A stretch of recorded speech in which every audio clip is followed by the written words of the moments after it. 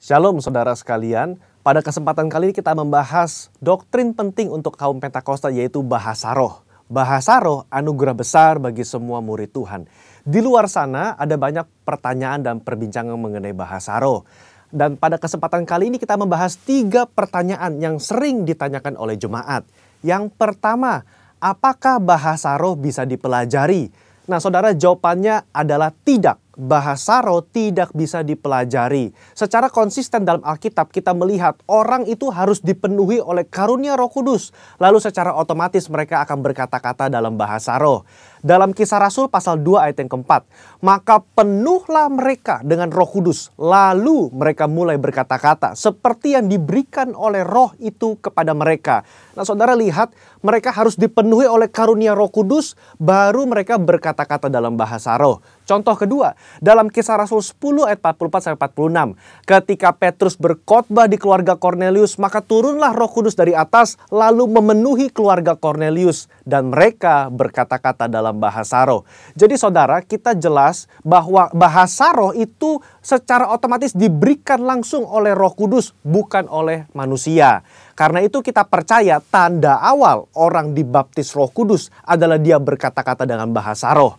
Pertanyaan kedua, apakah orang yang tidak berbahasa roh akan masuk neraka? Jawabannya jelas tidak saudara. Kenapa? Karena urusan surga dan neraka itu mengenai keselamatan. Dan orang percaya kita selamat by grace through faith. Karena kasih karunia melalui iman. Tidak ada indikasi mengenai bahasa roh. Meskipun begitu, orang percaya akan kehilangan manfaat besar kalau mereka tidak berbahasa roh. Ada beberapa manfaat yang dijelaskan oleh Alkitab. 1 Korintus pasal 14 ayat yang keempat mengatakan begini. Mereka yang berbahasa roh sedang membangun dirinya sendiri. Kata membangun di situ menggunakan kata oikodomeo. Artinya seperti orang membangun tembok. Batu bata demi batu bata dibangun sampai menjadi tembok yang kokoh. Orang yang berbahasa roh sehari demi hari mereka berbahasa roh menguatkan manusia rohani mereka. Meskipun manusia batinia, meskipun manusia jasmani kita lemah, tetapi manusia rohani kita kuat. Dan manfaat kedua, Roma 8 ayat 26. Dikatakan roh juga membantu dengan berdoa untuk kita kepada Allah. Dengan keluhan-keluhan terdalam yang tidak terucapkan. Nah, saudara, seringkali di rumah ketika kita berdoa, kita kehabisan kata-kata untuk berdoa dalam bahasa Indonesia mungkin. Tetapi ketika kita berbahasa roh, kita bisa berdoa terus-menerus sampai roh itu mengeluarkan keluhan terdalam kepada Bapa mewakili kita semua. Pertanyaan ketiga, apakah semua orang bisa berbahasa roh? Jawabannya adalah ya. Kita kaum Pentakosta meyakini semua orang percaya yang lahir baru yang mau mereka bisa berbahasa roh.